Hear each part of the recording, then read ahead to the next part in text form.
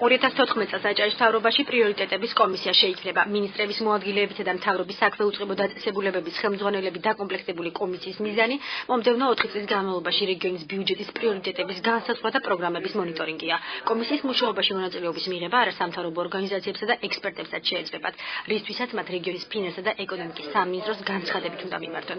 აჭარის მთავრობაში აცხადებენ, რომ რეგიონის აღმასრულებელი ორგანო კომისიის მიერ შემუშავებულ რეკომენდაციებს გაითვალისწინებს.